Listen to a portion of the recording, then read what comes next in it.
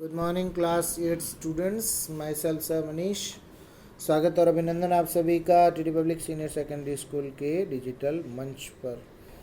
तो जैसा कि हम लोग ऑनलाइन क्लासेस के अंदर हमारा हिस्ट्री के अंदर चैप्टर सेकंड देख रहे थे, तो आज इसका जो टॉपिक है हमारा that is setting up a new administration, यानी नया प्रशासन जो है वो कब शुरू हुआ, किस प्रकार से शुरू हुआ, देखते हैं। वॉरेन हेस्टिंग्स, इनको गवर्नर जनरल बनाया गया 1773 से लेकर के 1785।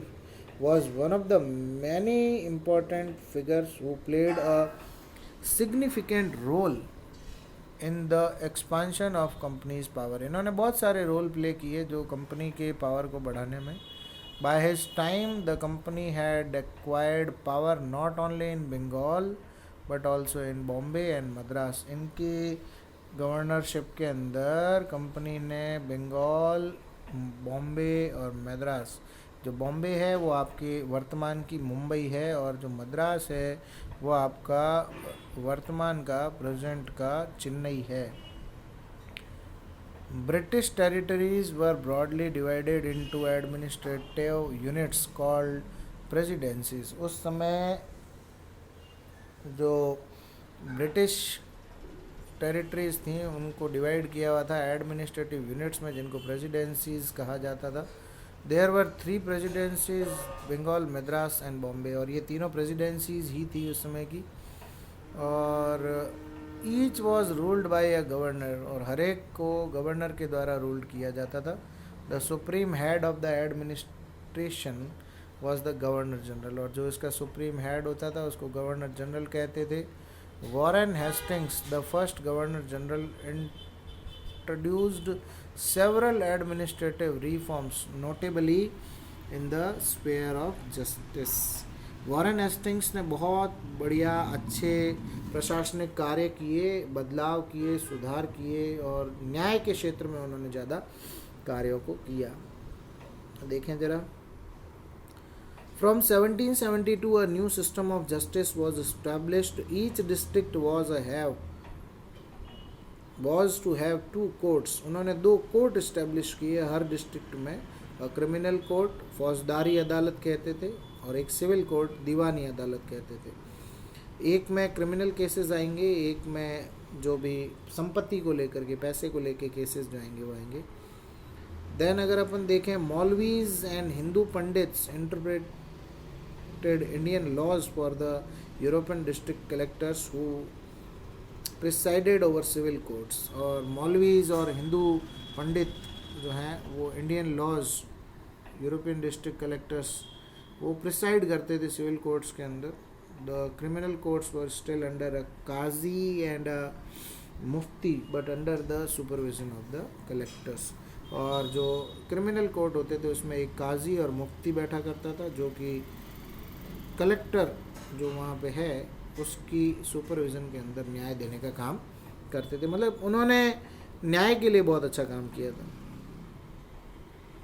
फिर अगर हम देखें, major problem was that the Brahmin pandits gave different interpretations of local laws based on the different schools of the Dharmashastra. Dharmashastra में लिखी गई अलग अलग कानून की बातों को ब्राह्मण पंडित जो है वह इंटरप्रेट करते थे कानून को अपने हिसाब से, to bring about uniformly. In 1775 11 pandits were asked to compile digest of Hindu laws. मतलब यहाँ पर ये कहने का मतलब है कि हिंदू पंडितों ने कहा कि भाई हम लोग जो लॉ तो दे देंगे आप लोगों को, लेकिन उसको एक अलग तरीके से हम जो है वो क्रिएट करते हुए आपको बताएंगे। N B Halhed translated this digest into English. उन्होंने दिया उस कानून को, उन्होंने एक आर्टिकल बना करके दिया, उन्होंने उसको ट्रांसलेट किया एन बी हेल्ड ने। और bye 1778 a code of Muslim laws was also compiled for the benefit of European judges।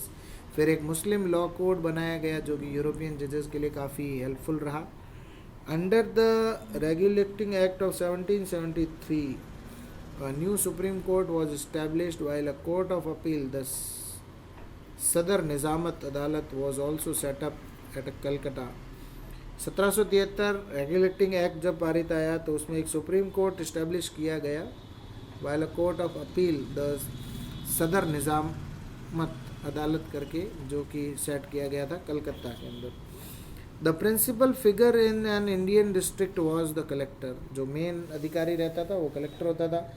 As the little suggestion his main job was to collect revenue and taxes and maintain law and order in his district with the help of judges, police officers and darogas.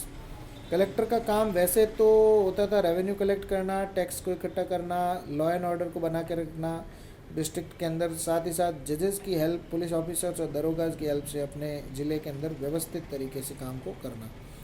His office the collectorate become the new centre of power and patronage that steadily replaced previous holders of authority.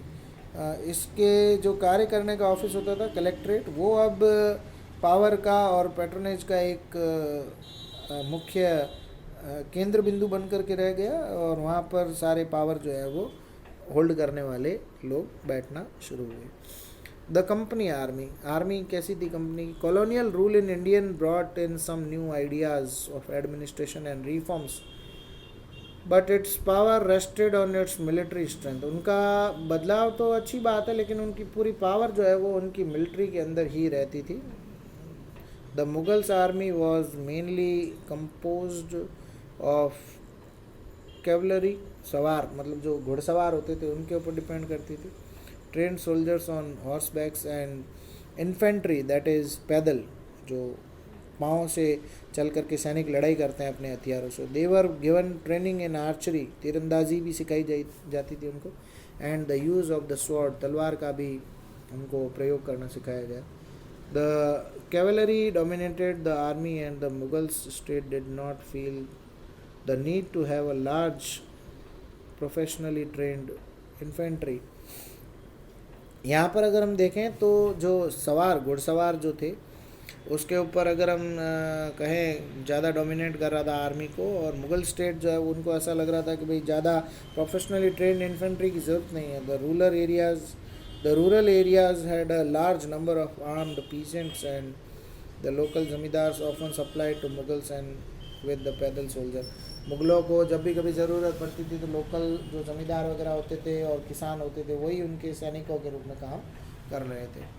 A change occurred in the 18th century when Mughal successor states like Awadh and Banaras started recruiting peasants into their armies and training them as professional soldiers. The East India Company adopted the same method when it began recruitment for its own army, which came to be known as the Sepoy Army, from the Indian word Sipahi meaning soldier.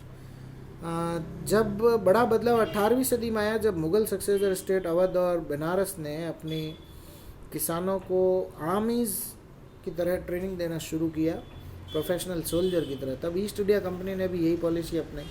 उन्होंने भी खुद की army के लिए recruit करना शुरू किया soldiers को. उसको इन्होंने नाम दिया sepoy army. As warfare technologies change from 1820s, the cavalry requirements of the company's army declined. अब कैवलरी आर्मी की ज़रूरत धीरे धीरे कम हो गई 1820 तक आते आते. This is because the British empire was fighting in the Burma, Afghanistan and Egypt, where soldiers were armed with musket and matchlocks. ये बताया जा रहा है कि उसमें घुड़सवारों की ज़रूरत तो ऑटोमेटिकली बंद हो जाएगी, क्योंकि जो सैनिक थे वो गनों से लैस होकर के लड़ने लगे. मस्केट और मैचलॉक्स ये दो प्रकार की गनें हैं, और एक में जो ये आपके मैच लॉक करके है, इसमें पाउडर होता था, जो गन पाउडर, वो डाल करके गन से फायर किया जाता था. और जो आपकी मस्केट है ये एक प्रकार की हैवी गन है जो सैनिकों के कंधे पे लाद करके और वो चलाते थे.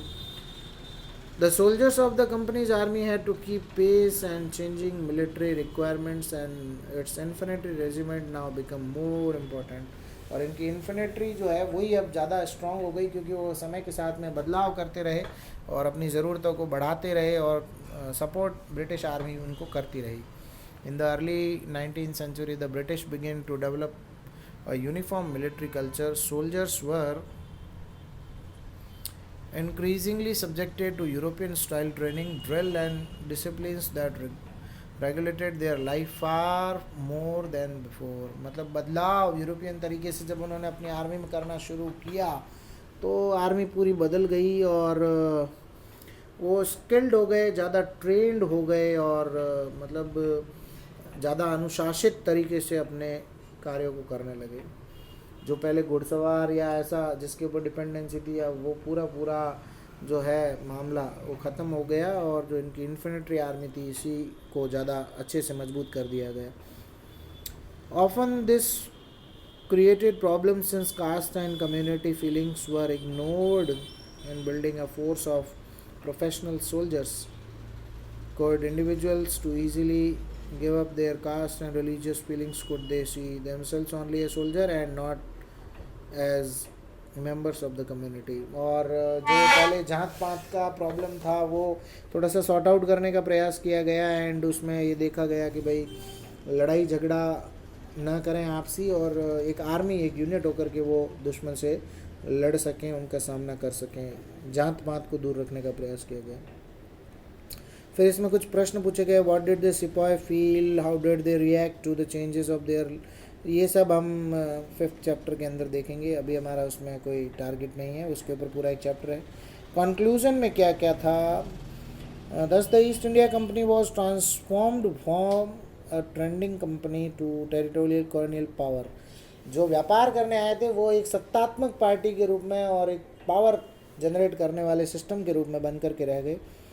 The arrival of new steam technology in the early 19th century also added this process. 19वीं सदी में अगर हम देखें तो साहब जब स्टीम टेक्नोलॉजी का प्रयोग किया जाने लगा तो ये और ज़्यादा मात्रा के अंदर बढ़ से गए. Till then it would take anywhere between 6 and 8 months to travel to India by sea. उससे पहले 6 से 8 महीने लगते थे भारत आने के लिए. Steam ships reduced the journey time to 3 weeks, enabling from the Britishers and their families to come to far off country like India. और अब उस दूरी को स्टीम शिप ने 3 हफ्तों के अंदर कन्वर्ट कर दिया और उससे बहुत अच्छी मात्रा के अंदर इनके जो अपने परिवारों से मिलना और जो भी चीज़ें इधर से उधर ट्रांसपोर्ट करनी तो काफ़ी इजी वो होने लग गई. By 1857 the company came to exercise direct rule over about 63% of the territory and 78% of the population of the Indian subcontinent. 1857 तक 63% तो टेरिटरी पे और 78% पॉपुलेशन पे ब्रिटिशर्स का अधिकार था. Combined with its indirect influence on the remaining territory and population of the country, the East India Company had virtually the whole of the India under its control. मतलब अगर अपन कह सकते हैं पूरा भारत जो है वो एक प्रकार से अब ब्रिटिशर्स के कब्जे में आ गया.